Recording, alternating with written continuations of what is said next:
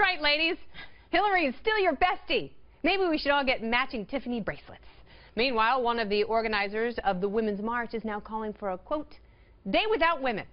The date is still TBD, but they want every woman to stay home from work that day to show just how important we are.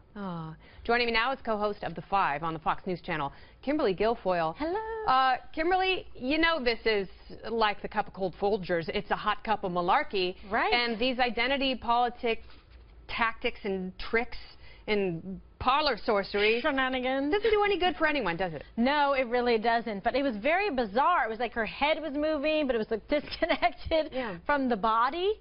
Very interesting. But look, she's trying to make a comeback. Yeah. Okay? I don't know. People have seemed to kind of just move on. They're looking for a fresh brew, so to speak. Yeah. They want somebody that they can look up to that's going to make them feel very passionate. They can't feel too certain about Hillary. She was not able to close it. She was a choker. Yeah.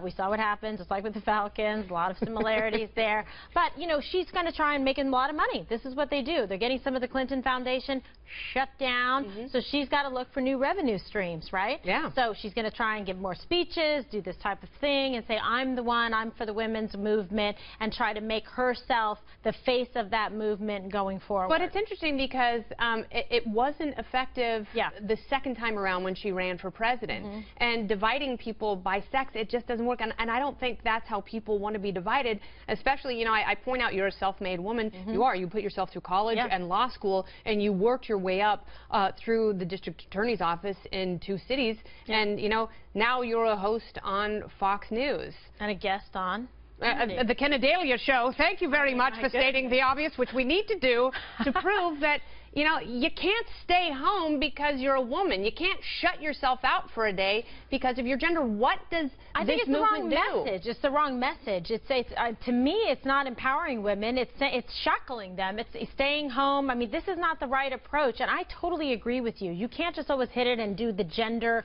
divide. To me, that's the opposite of the argument and the movement about creating equality and men and women as equals. Why do you and how do you expect to be equals and move forward with that agenda if you are constantly separating and dividing and making distinctions? I mean, it's counterintuitive. And I think she's just trying to, like, bandwagon off of the little, like, you know, the Madonna hat, the movement, you know what it is, and try and say, oh, Women's March, so now I'm going to do this. And I'm going to go ahead and try and, like, ride the coattails of it. But she's like, you know, day late, dollar short. And there's always backlash. I mean, they try and do stuff like this in Southern California based on ethnicity, and, you know, I disagree with that as well. The problem is, you know, many women will stay home for the day, and people will go, oh, great, there's less traffic. And then they'll try and keep women out of the workplace once again. It's like some of the religious holidays, right? When you have less traffic, it's like this smooth moving up 6th Avenue. But yeah, but what is that going to do? You're staying home. To me, that's like sitting it out. Yeah. I never like to sit it out.